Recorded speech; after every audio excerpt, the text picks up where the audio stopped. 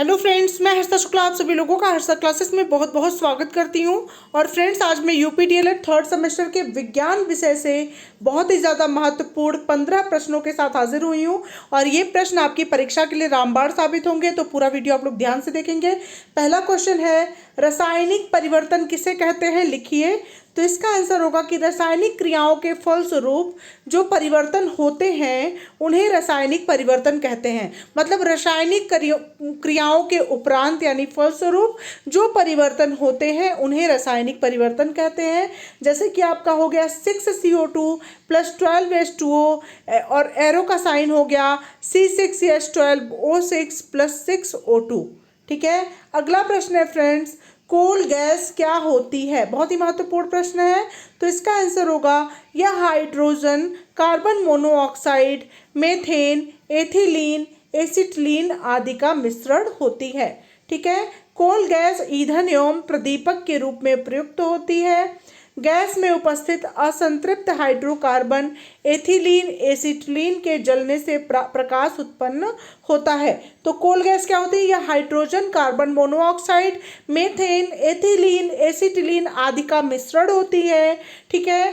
कोल gas ईंधन एवं प्रदीपक के रूप में प्रयुक्त होती है।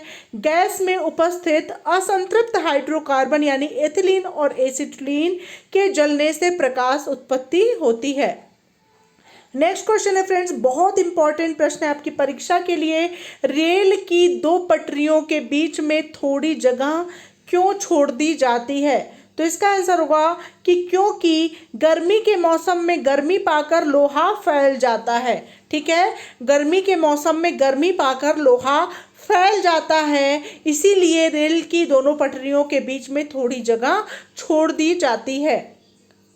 अगला प्रश्न है फ्रेंड्स, आयाम से क्या अभिप्राय है?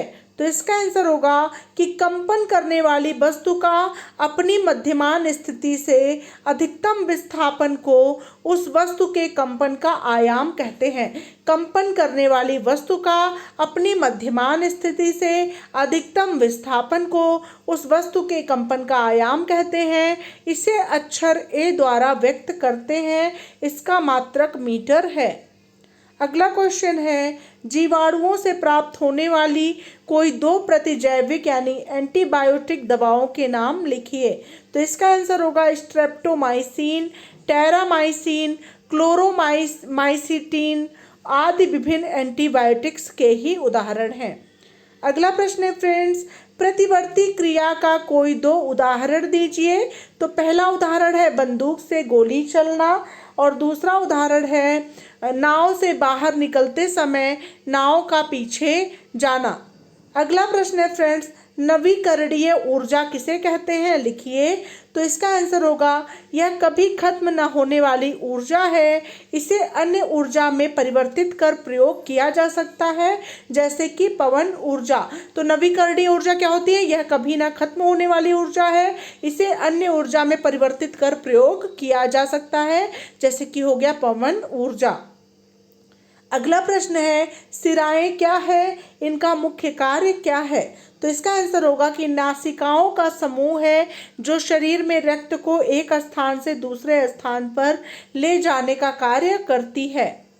नेक्स्ट क्वेश्चन है फ्रेंड्स, धावन सोडा तथा खाने के सोडा का रासायनिक नाम तथा रासायनिक सूत्र बताइए। तो धावन सोडा को कहते हैं सोडियम कार्बोनेट और इसका सूत्र है Na2CO3। और खाने का सोडा है सोडियम बाइकार्बोनेट, इसका सूत्र है NaHCO3। अगला प्रश्न है फ्रेंड्स, गुप्त ऊष्मा क्या है? तो इसका आंसर होगा कि बिना ताप बदले पदार्थ की अवस्था परिवर्तन, जैसे ठोस से द्रव तथा द्रव से गैसों में आवश्यक ऊष्मा को पदार्थ की गुप्त ऊष्मा कहते हैं। अगला प्रश्न है, गलनांक क्या है? तो इसका आंसर होगा वह निश्चित ताप जिस पर कोई ठोस गर्म करने पर द्रव में बदलता है उसे पदार्थ का गलनांक कहते हैं। अगला प्रश्न है फ्रेंड्स, क्रोड किसे कहते हैं? तो इसका आंसर होगा पृथ्वी के सिकुड़ने के क्रम में सबसे अंदर वाले ठोस गोले को क्रोड कहते हैं। नेक्स्ट क्वेश्चन है, कार्बनिक रसायन क्या है? तो इसका आंसर होगा कि कार्बनिक यौगिकों का अध्ययन रसायन शास्त्र की जिस शाखा में किया जाता है वह कार्बनिक रसायन कहलाती है। नेक्स्ट क्वेश्चन है इसरो का क्या अर्थ है? तो इसरो का अर्थ है अंतरिक्ष अनुसंधान संस्थान यानी Indian space research organisation. Next question है फ्रेंड्स प्लवन का सिद्धांत क्या है? तो इसका आंसर होगा कि जब वस्तु का भार वस्तु द्वारा हटाए गए द्रव के भार के बराबर होता है तो वस्तु द्रव की सतह पर तैरती है, इसे प्लवन का सिद्धांत कहते हैं। तो ये रहे फ्रेंड्स टॉप 15 बहुत ही ज़्यादा महत्वपूर्ण परीक्षा उपयोगी प्रश्न।